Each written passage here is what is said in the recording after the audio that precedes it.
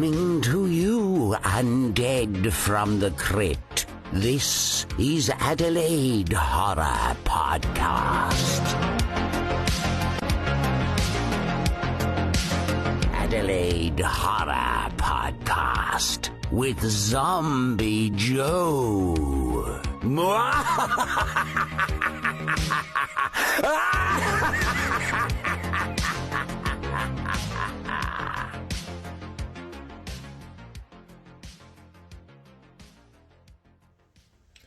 Hi and welcome to the Adelaide Horror Podcast. This is your host, Zombie Joe. Tonight's episode is number 31 and it's a two-parter, kind of a mashed episode, so it doesn't really have a title. Basically, I'm just going to go through and review 2022's hit horror films for me. And then this one here, given the theme that this week's been Valentine's Day, I thought I'd just go through all the horror movies that had the horror icons that we all grew up watching and kind of had a crush on. So that's basically it for tonight's episode. Nothing too full on. So a bit before I start, I'm going to do some crypt keeping. So basically the reason for the delay in the show for the last couple of months, primarily through the end of November into December, was my family went overseas over Christmas and New Year's period. And so, look, to be honest, I was a little bit flat about that emotionally. So I was loving the fact they were having a good time and all that kind of stuff. That was great, but I was just kind of, it made it a little bit hard for me to want to sit down. I was very restless, creativity-wise. And so because I was restless, I found it hard to kind of sit down and want to talk about something like a review or something. I wanted to artistically kind of relieve myself elsewhere. So that's kind of what I did. So the podcast kind of took a back seat on that one. Kind of read the room. I didn't want to rush and I didn't want to produce just an episode for the fuck of it and not really come out with a good quality show. So I just thought, you know what, I'm just going to sit it out, and when I'm ready, I'm ready. So that's good. And then basically January kicked in. I felt a bit better, and I thought, okay, I can do an episode. But unfortunately, my work roster had other ideas, and so I was doing either super early starts, like 3 a.m. starts, or super late nights. And you come back, and the last thing you really want to do is sit down and try and talk about a movie you reviewed, because you're quite physically tired, and it just relayed on the camera and in my voice that I was pretty flat and drained, and so yeah, it wouldn't have come out well at all. So that's primarily the two reasons why I kind of was a bit on the down low for the last 2 months, for those two reasons. But I'm back, so all good. And like I said, I thought, you know what, it's just how it landed, because it's landed the week of Valentine's Day. I thought, you know what, instead of, and by no means is this bagging the movie, so My Bloody Valentine would have been a great movie to review for tonight. I highly recommend it, both the remake and the original. Check both out. Both are just as good as first-time horror movies, so absolutely go check it out. If you want a decent review about it, there is plenty of horror podcasts that will cover this. So yeah, go out and check those out. You won't be disappointed, and you won't be disappointed by My Bloody Valentine, the original and the remake. So yeah, definitely recommends for me, and definite first time horror film recommends as well. Cool. So that's the crypt keeping all done. So that's all there. And I'll move on to the the films that had come out, and one TV show that tickled my fancy last year, 2022 horror-wise. So I'm just going to get straight into it. So Hellraiser. This was really impressive and a great example of how a horror film with over decades, this movie has been around, and the premise of Pinhead has been around, and each individual movie brings its own terror and its own angle to it. I've yet to meet a horror fan that says, I like this Hellraiser, that Hellraiser was shit, that one's better than that one, I didn't like this one. I just haven't. They like all of them for individually who they are. You know, they're almost like your kids. You know, you just individually like them for some reason, and none of them are bad. So they've just got a real winning formula. You cannot go wrong with a Hellraiser movie. And again, when I sat down to watch this on the streaming service, it's very rare that I go into a movie absolutely saying 100% I'll put my house on it that this movie's not going to be shit. And Hellraiser again delivered, like no issue at all. The funny thing is, if you haven't watched a Hellraiser movie before, and like I said, I'm not a gatekeeping fuckwit, I'm not going to go, oh, well, you're not a horror fan because you haven't watched it. I will be saying, well, you know what, mate, watch this movie here, and while you're there, I highly recommend that you go and check out this Hellraiser and see how you go with the other franchises as well, and you won't be disappointed, because if you like this one, you're going to really like the other ones. And it will go into a great depth about who Pinhead is and the whole mythology around the Hellraiser series. So definitely recommend for that. Not too overly gory, but at the same time too, Hellraiser, us horror fans would know what the deal is with that, and so we don't get left out. Like there's plenty of good gore scenes in that one there. Scream 5 was the other one that kind of jumped in as well. That really impressed me. Not bad for a 5th movie in the sequel. It still amazes me that this film, man, you know, 1996, when I went to go and see this at the cinema, like, you know, 17-year-old chomping at the bit because to actually be able to go to the cinema and see a decent horror film and a decent slasher as well. So this was, what, a time and a half, and I still got fond memories of going to the cinema. So when I went to go and see Scream 5, I was kind of, I didn't feel uneasy about going into this, but funnily, I can't say the same thing for Halloween Ends, unfortunately. So you got the two polar the spectrums of, you know, you can have a franchise do really good. Well, Hellraiser, actually, I should say. So Hellraiser and Halloween, the polar opposites of how you could have two fantastic, solid sequels and two solid, like, series of horror films, and just shit the bed. Like, because you got too artistic, or you got too woke, or you tried to, you know, appease every single group out there, and in a horror film, that's not what horror movies are about. They're supposed to push the envelope. They're supposed to not really be the social norm. So I was quite surprised when I sat down and got this, I don't know what the fuck it is, like, Halloween movie. Like, I was struggling through the whole entire movie, but anyway, it is what it is. So for me, Halloween Kills is the movie that ends the film. Michael's burning. That's how it ends. Like, you know, they all jump in the truck, they survive. Laurie Strode survives the end. That's it. That's how it is. So that's how I left it. So again, you know, it's an example of how you can do it wrong. So back to Scream 5.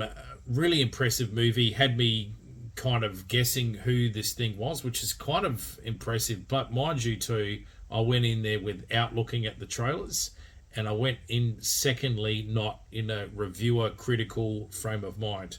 I turned my brain off. I just ate a big ass thing of popcorn and drank some Coke and enjoyed the movie and just enjoyed the ride. I went, right, I'm just going to be dumb now for 2 hours and just let you entertain me. That's pretty much how you have to go into this movie, and it did disappoint. I cannot say, however, for the new Scream movie, I am fucking super nervous, and I think this is because of the Once Bitten Twice Shy regarding Halloween Ends. I'm like, please don't be the Halloween for this series. Like, oh my god, I think it's just me personally. I've seen snippets of the trailer and I'm just going, yeah, shit, here we go. So I really I want to be proven wrong. Please prove me wrong. Like I'm begging to please prove me wrong. Like this is gonna be. I hope not. If not, well then I'll be saying the same thing. Scream 5 was my Ed movie, and that's it. So it is what it is. Moving on. So the next horror movie that kind of tickled me was Smile. I'm not going to smile. Like, I'm not going to freak the shit out of people. Everyone's going to go, is he fucking toying with us now? Like, no, I'm not going to do that. So, man, this movie really kind of got me, like, to a bit. Initially, this thing sat in my streaming list for ages and ages because I just thought, oh my God. There was a period of time where I was really struggling to find a movie that I liked. There was one horror film, I'd literally turned it off within 15 minutes because everybody in that movie I fucking hated. Like, there was not one character that I liked at all. I found them incredibly irritating, and that's just because of their age too. I couldn't handle it, so I just turned the thing off. It didn't go well for me. So anyway, moving on. This is why I don't do ranty episodes. So, so I was really struggling. Reading the synopsis of half of these films on the streaming service was depressing. It was either, a family moves to the woods. They move to a cabin. Inside this cabin, I thought, oh my God, like you could tell the psyche of the horror writer was coming out of that corona being confined into confined space horror, like the cabin fever horror, and we're starting to break out of that, thank God. But you could tell, there was just the after effect of the Rona, pretty much, how creatively everyone was thinking at that time. And I found that incredibly frustrating because I just wanted some edgy, new, fresh horror films, and it wasn't happening. So that's why I was heavily looking forward to Halloween Ends, and I was looking forward to Scream 5. And so Scream 5 delivered, so that was good, but Halloween Ends absolutely shattered me. Anyway, so moving on, that was a bit, well, it didn't shatter me, that was a bit dramatic, jeez Louise. But, I was disappointed. Anyway, so Smile, however, didn't do that, and man, like the thing, but the end, at the end, this movie's ending was really fucking, like, I was like, that's good. So that's made my top of the list there. So definitely check out. Yes, first time horror movie. You could definitely do this one as a first time horror movie for sure. The TV show that blew my absolute pantaloons off was We Are All Dead from South Korea. Again, South Korea has become the flagship for zombie movies. Now, the thing is, right, the thing that I absolutely love about good Korea, right, not naughty Korea, good Korea is got these fun, they've taken the zombie genre, right? Apart from the zombies all cracking bones and doing that noise when they're zombies, and the fact that they run like anything, which is fucking terrifying, or they climb up a wall, which is even terrifying. When you grab the movie #Alive, when you grab the movie, the TV show We Are All Dead, when you've got the Train to Busan, when you have Kingdom, the other TV show, you put these together, right? You'd look at them individually, right? Yes, they are all South Korean zombie movies. That is the only thing they have in common. The storylines and the zombies are the same, like how they act, but the storyline, the characters, the plots, the twists, they are so individually separate from each other. It's really impressive, and it just shows you that you can do it. It can be done. But unfortunately, I always say it's going to have to be international films and movie directors that are going to be able to do that, because unfortunately US Western kind of directors just can't get out of that hump. They just can't, it's got to be the same stuff. It's got to be the same formula done again. I've used the analogy before. You know, the paint by numbers. It's literally, you know, that robotic and factory built now that you almost know what's going to happen before it happens. So again, very definite recommend. Yes, I reckon you could have this as a first time horror movie TV show. If you want to binge it with somebody and they haven't really seen a horror movie, you want to introduce them. Just let them know that it is gory because it's a zombie movie, but it's not too bad, the level of gore in this either. So it can be enjoyable for them if they want to get into it. So yeah, definite recommend for me on that one. But man, what an absolute impressive show. Moving on, so The Invitation was the next one. I forgot the name of the actress that was in it, but she was in Game of Thrones. And man, the thing that I really dug was the cover art on this poster. And what it reminded me of is, people would know this, is if you like, you know, you had Scholastic book catalogs that you used to get in primary school, and you used to kind of circle the book that you wanted to get. The following week on the Friday, you paid the money and you got the book. So R.L. Stine, before he did Goosebumps, was a part of a horror writing production company called Point. So I affectionately known them as Point Books. And so all the cover art was the similar style as The Invitation, you know, by R.L. Stine. You know, that kind of was what that's what jumped out at me. So I really dug it. So I thought, okay, I'll check out this movie. And the whole premise was really enjoyable. I actually dug it. Like, it was really, really good. And it ended well as well. And so you really rooted for the character and what she was going through. And yeah, definite recommend. Absolutely, first time horror movie. This one's an easier one to take if you haven't watched the horror film. So yeah, definitely manageable. Definite first time horror film, and a definite recommend for me. Terrifier 2. Fuck-a-luck-a ding dong. Now, Art the Clown is basically made Pennywise the Clown null and void. Like, if Pennywise the Clown appeared in your corridor, you'd walk up to him, you'd kick him in the nuts, and you'd take the red balloon and walk off. That's literally the disrespect now you have for Pennywise, because he's not scary anymore.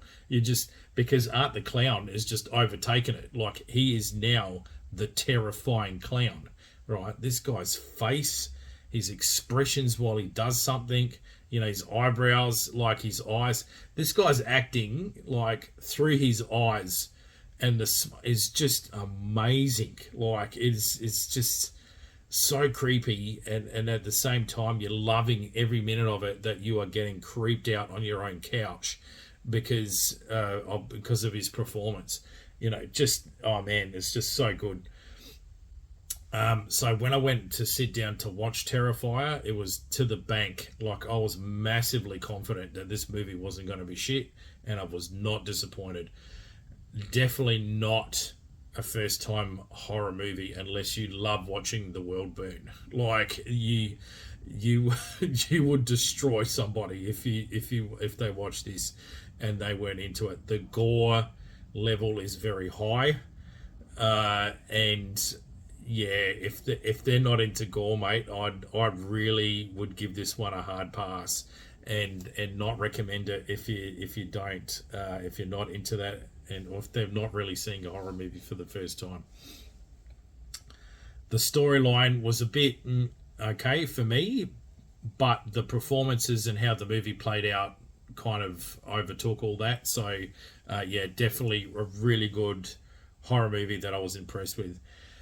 X was the other one that I liked, that I checked out. Unfortunately, I haven't been able to see Pearl yet, but I'm still trying to work out how to do that, and have the opportunity to check that out. So the movie X was really good. Again, another Jenny Ortega. Like, she's now literally the Jamie Lee Curtis of the next generation. Anyway, they've really made her the Scream Queen. They're putting her into a lot of stuff. She can be super strong. She can be super weak as a character. So, you know, it's all the hallmarks of how Jamie Lee Curtis can do the same thing. She can be really strong. She can be really weak. She did both very well. So Ortega's starting to become the new Curtis. So looking forward to seeing her in more movies. So yeah, so I'm looking forward to Pearl. Pearl's going to be really, really good as well. The other one kind of that came out of the blue, I wasn't really expecting and didn't even know this thing existed, was a movie called Unhuman. And it impressed me. It kind of slowed down a little bit. And then there was this massive kind of change of what the movie direction was going to go. So there was a bit of a plot twist in the middle of this movie that I wasn't expecting. Kind of went, cool, I'll play along. And I did. And again, turned the brain off, didn't become critical thinker, and just enjoyed the film of what it was trying to do. And I enjoyed it. So, yeah, a bunch of teens with some zombie issues. So yeah, definitely check it out. First time horror movie. Yeah, I reckon pretty passable for that one. So yeah, definitely check it out. Studio 666 with the Foo Fighters. Now this was the other one that really impressed me for the originality, the angle that it went with.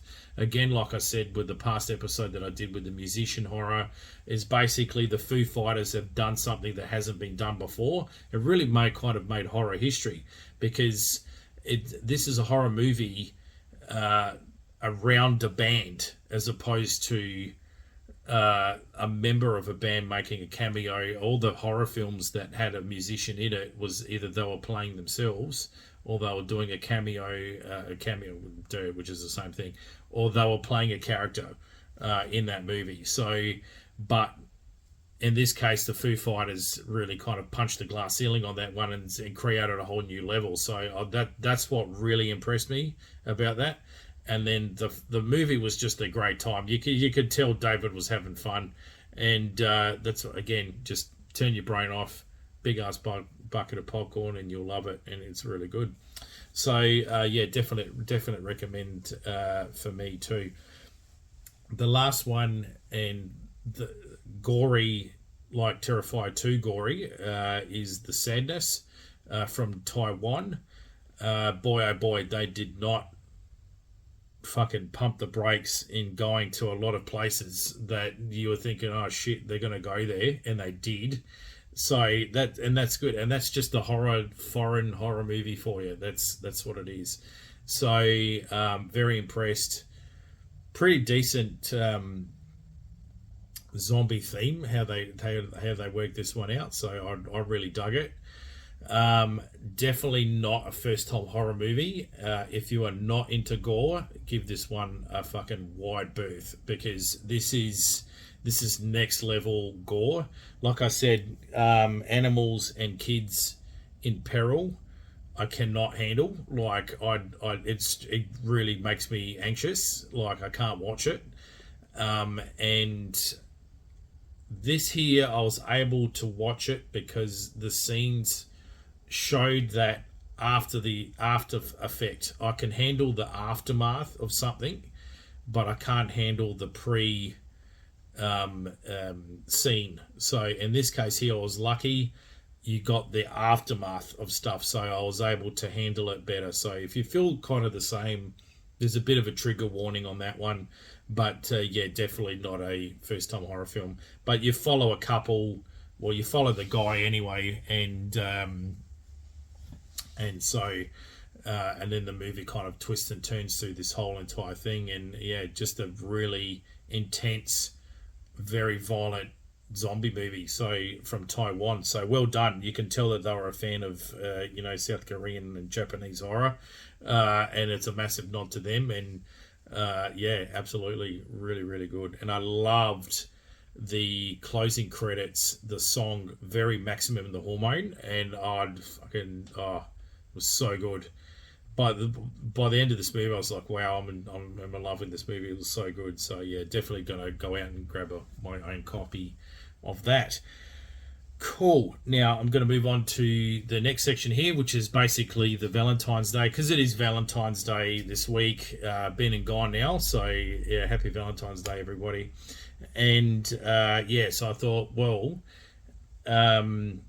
instead of focusing on movies about Valentine's Day or anything like that, I thought, you know what? Why don't we talk about the horror icons that we all crushed on when we were watching our horror films for the first time, or as we were getting older and watching our horror movies, there would have been actresses and actors that kind of came across our radar and gave us little love goggles, and so I'm going to be talking about my list of love goggles, and who and in one instance helped me come to realize who I was, and so I'll get into that, and then so I'll talk about the movies. So the first one for me was Prom Night. Now, 1980, Jamie Lee Curtis. This is a Paul Lynch directed movie. Paul Lynch basically went on to do Maniac and RoboCop. You'd know him from that. Very young, very attractive 20-year-old Jamie Lee Curtis. This was her prime. So Halloween had just occurred. I think Road Games was either before this or after this, but this was right in the middle of her popularity and really cementing her as the Scream Queen. And just seeing her dance, man, and that 70s hair was just, oh, mate, massive fan. So, the whole premise of the movie is basically these 4 teens, including Jamie Lee Curtis, is stalked by a masked killer because there was 6 years prior, there was a death of one of their classmates by accident, and this person blamed them for that. So it was kind of that. A lot of the slashes in that time had that theme, so this was one of those movies. So look, definitely check it out. An easy first time horror movie watch. This isn't over the top. It's classic. By no means is it a weak horror film, but yeah, you can watch this one. This is definitely training wheels horror movie. You can watch with someone that's not really into horror movies for sure. So yeah, crushed on a little bit on Jamie Lee Curtis on this one, and then later on went to see Halloween and her other movies, so became a fan of her in that way. Excellent. Okay, so and then after that was Tamlin Tomita. Now I had a crush on her because of the Karate Kid 2. Talk about imprinting, because this is kind of her and another actress I'll talk about in a moment, with who I like. So Tamlin basically was in a horror movie called The Unbidened. Now, I'll tell you, it's an absolute, very hard film to get my hands on. I haven't had much luck with trying to do this. At the same time, I'm very reluctant to buy it for $30, $40 overseas and get it shipped to me, and it turns out to be a complete dud. So I don't know. The premise looked really cool. It was an all Asian American cast, and it looked like a really decent psychological horror thriller. Like, it's set in around an Asian culture thing. So I was pretty bummed I haven't been able to see it. Tamlin's aged it very well, and so yeah, I would have liked to have seen her on that, but yeah. Okay, so moving on. So basically, Satan's Daughters, 1972. Tom Selleck was the kind of the early man crush. It was funny because I watched Magnum PI as a kid and loved Magnum PI. The car, being a car guy, the Ferrari did it for me big time. And then looking now, I can kind of see, okay, that was the early suggestion for me that as well. So okay,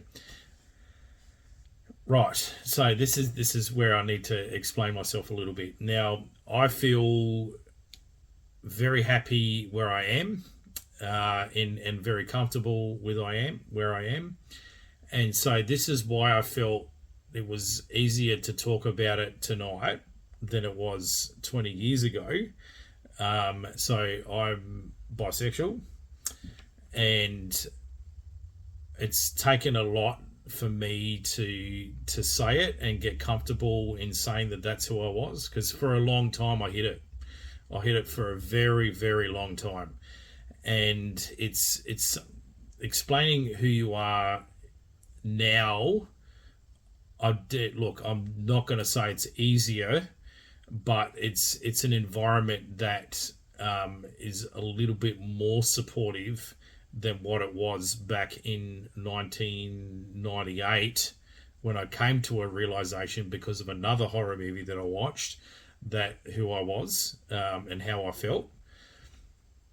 So that's why I thought tonight would be in this episode, not essentially me coming out. I've told other people, so a small group of people know how I am or who I am, how I feel. But like I said, because I'm in such a good place and I'm happy with where I am and I'm comfortable with where I am, I feel safer to say who I am sexually than I was, 20 years ago. So, yeah, I'm grateful for that. And I feel lucky because I recognise and I come with the understanding and with the solidarity that there's a lot of other people that don't have that luxury that I have now, and live in a place where if they did say it like I'm saying it now, they would be murdered, to be blunt, and that's horrible. Like the fact that it's 2023 and that still happens. We're not out of the woods yet as a society for accepting people and their beliefs or sexuality or whatever, which is unfortunate, but hopefully we will get there. But it's a very slow boat to China on that one. There's some people that still hold grudges or ignorance towards it or don't accept it, and that's the way it is. That you can't, so you can only be yourself, and that's it. So I felt like I needed to be honest about it, and so tonight's episode is about me being honest, and about that, and with the help of horror movies. And I've said this before, it's amazing how cinema can really, it's so important to people because, you say to yourself, where was I? What was I doing when I watched this movie? How did this movie make me feel? How did this character make me feel? How did the storyline make me feel?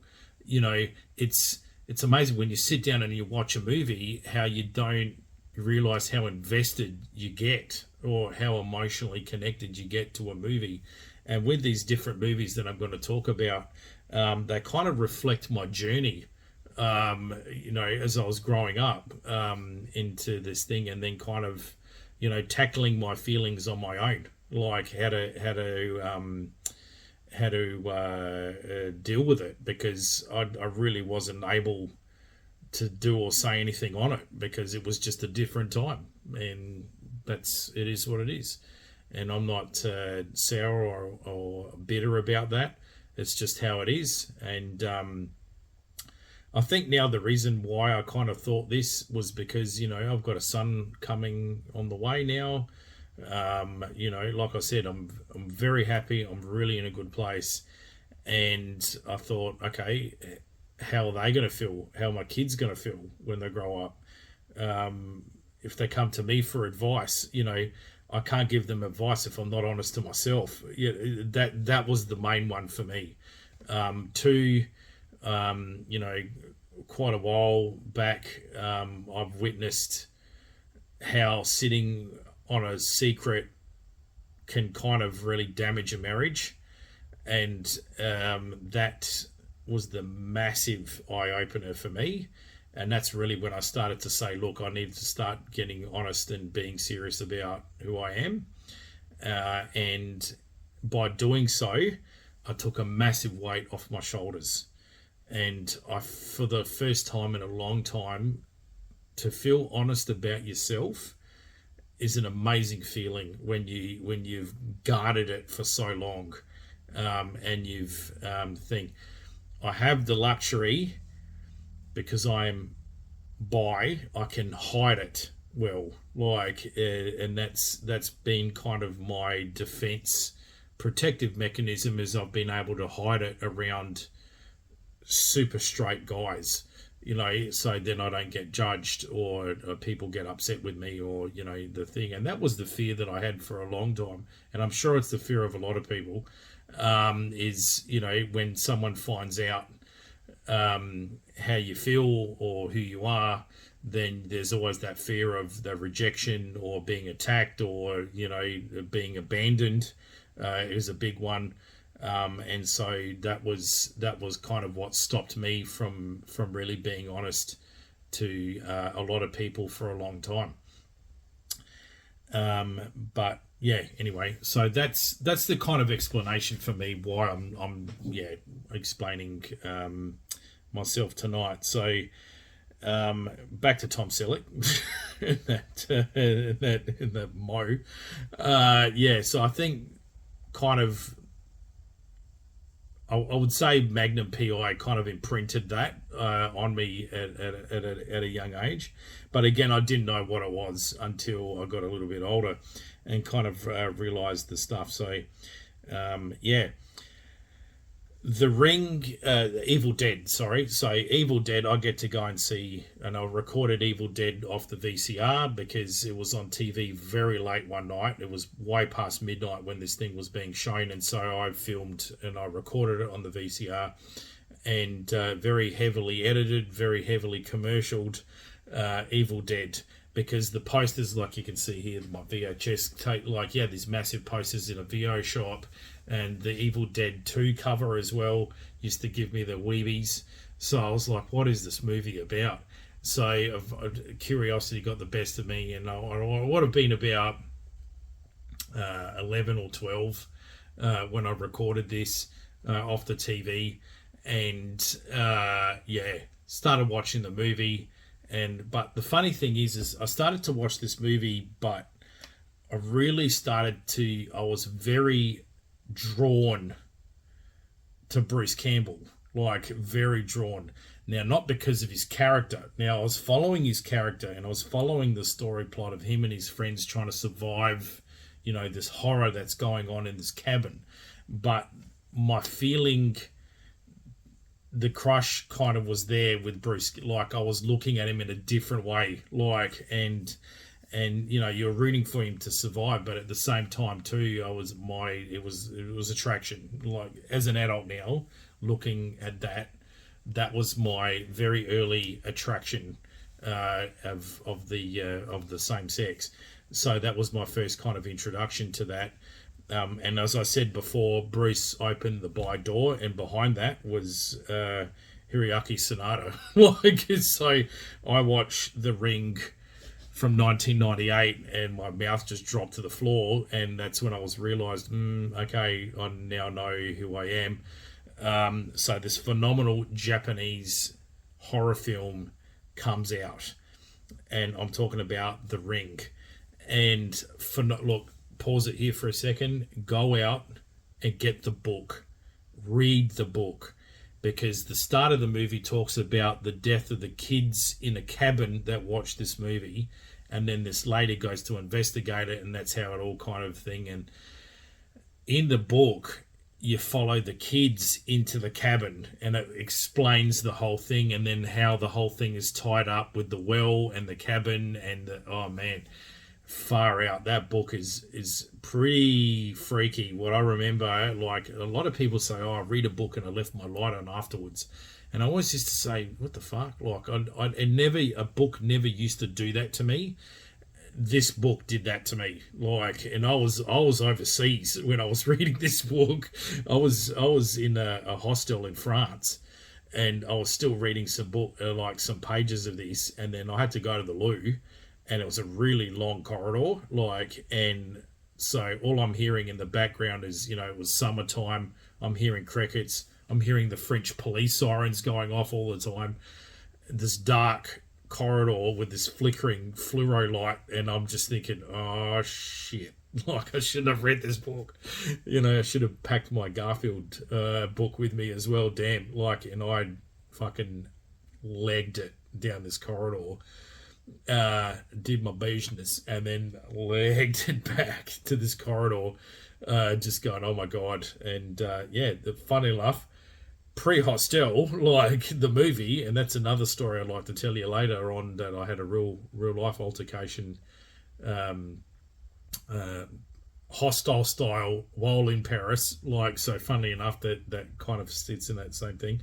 So yeah, the book is very powerful. So definitely get your hands on the book. Very recommended. So anyway, back to the ring. We get introduced to the professor and yeah, Hiroyuki. What can I say? That was it for me. That was the ultimate man crush, and I was just kind of, yep. I now know who I am. So I started following his earlier work. Some interesting facts anyway. So his dad passed away when he was very young, and he got into acting, and he, by all the people, he got into an acting school that was run by Sonny Chiba. Sonny Chiba. Far out. You couldn't get a more fucking predominant Japanese actor like running the thing. So you could tell that what he learnt in that class he brought to the movies, because hotness aside, this guy can act the shit out of a movie. Like, he's very good with the lines and the characters he is and stuff like that. Hands down, my favorite character is the Last Samurai. I just absolutely like, not even like attractiveness wise, just his character and who he was in this movie, this just strong, dominant, second in charge samurai to the main character samurai that gets killed by Tom Cruise. And I just really admired, it was admiration really through this whole thing. It wasn't even like hotness or crushing or whatever. I was just like, that is the dude you want to be on the battlefield with, like, or you want to be him, like, in a fight. That's the guy. Like, so yeah, phenomenal actor. I've enjoyed him pretty much in all the movies he's been in. I've just recently found out that he's going to be in John Wick 4, so I'm like super stoked. I've just seen Bullet Train. I liked him in that. And yeah, he ages well. Like, the dude ages well. So good on you. Keep doing what you're doing. So moving on to The Bones is the last movie. Now, this is Pamela Grier. Like, so again, like I said, imprinting. So basically, Tamlin and Pamela pretty much imprinted on what kind of girls I like at a young age. Fun fact, Pamela Grier was my first centerfold that I saw as a kid. Now I'm trying to remember, for the life of me, all I remember is the centerfold. I can't remember where I was, where I saw it, how I saw it. Like, all I remember is just her on the chair. It was very classy, but the thing that just drew me to her was her skin and her hair. Like, it was just phenomenal, and I was like, wow, like, that's just, because you got to understand, I'm an Italian background. I'm an Australian kid in Adelaide, so there's not a lot of Africans like in 1980s Adelaide. So suddenly I'm seeing, nude Pamela. I was thinking, whoa, like, and I think that's what it was. It was just the exoticness of it. Like, I think is what attracted me to them. So the movie that I'm referring to in her, that stars her and Snoop Dogg, is Bones, 2001. This thing is very shot almost cinematically like Dusk Till Dawn. And I say it's almost like an hour and a half episode of Tales of the Crypt. I'm trying to think of the other African American horror anthology that had Snoop Dogg in it. And it has him singing "There Goes the Neighborhood." It is the sickest rap song, and I'm drawing a blank. It's not like Tales in the Hood or something like that. It's Tales from Crips in the Hood or something. I don't know. And it's kind of like Tales of the Crypt, but it's an all African American spin on Tales of the Crypt, and Snoop Dogg plays the gate, like the Crypt Keeper. And yeah, man, that song was so good. But anyway, back to Bones. Bones was, funnily enough, Snoop Dogg plays Jimmy Bones, right? He plays like this pimp / drug dealer. Everyone in the neighborhood loves this guy. It's kind of a bit weird, like how his character is. Anyway, long story short, he gets done over, like, and So he comes back and seeks vengeance on everyone that's done him over, because these young guys have come back into the hood. One of them has a connection because their dad knew Jimmy Bones, and that's how this whole thing is connected that way.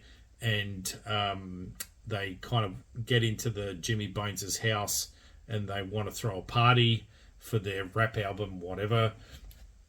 And so in doing so, they discover the body of Jimmy Bones, and they end up resurrecting him. So that's kind of how this story happens. Now, Pamela Grier in this movie is kind of like the love interest of Jimmy Bones at the time. So there was a period of time where they had to de-age her. And so what they did was they did the CG of, they put her face, her, you know, foxy brown face, you know, the 70s movie, and put it on her now, like in 2000. They nailed it. Like for the year, I was really impressed how they nailed it. And it was funny because this movie CG is really hit and miss. There's a hit and miss. There's a CG fire scene with Snoop Dogg going up the stairs, and it looks shit, right? But they did not stuff up with Pamela. So they either put a lot of money going, you can't stuff this is Pamela Grier, or Pamela Grier put money into it to make it look good, because they didn't fault her. Like, she looked phenomenal in this, how they de-aged her. And so, yeah, it was a pretty impressive. Funny thing is, I went to watch it, and I haven't seen this movie in like nearly 19 years, right? And I was like, oh shit, I hope it's not going to be crap.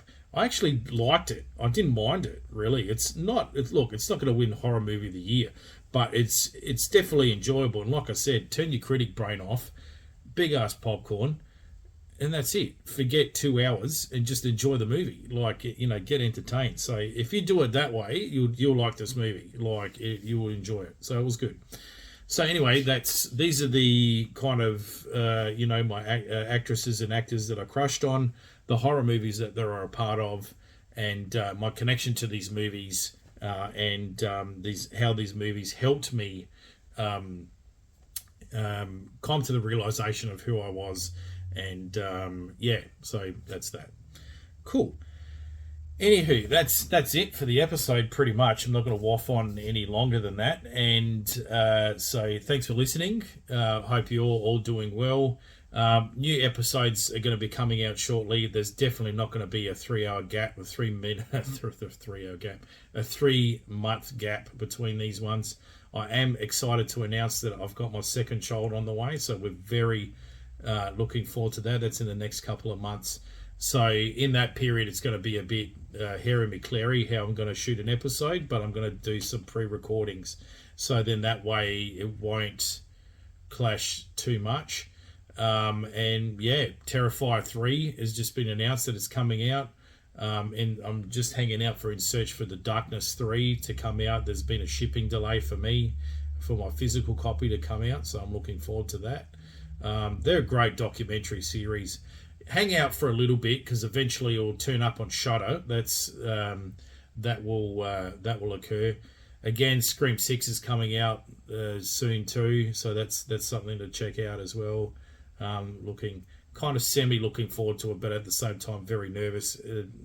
Halloween ends. It's got a lot to answer for that. So yeah, it is what it is. Cool.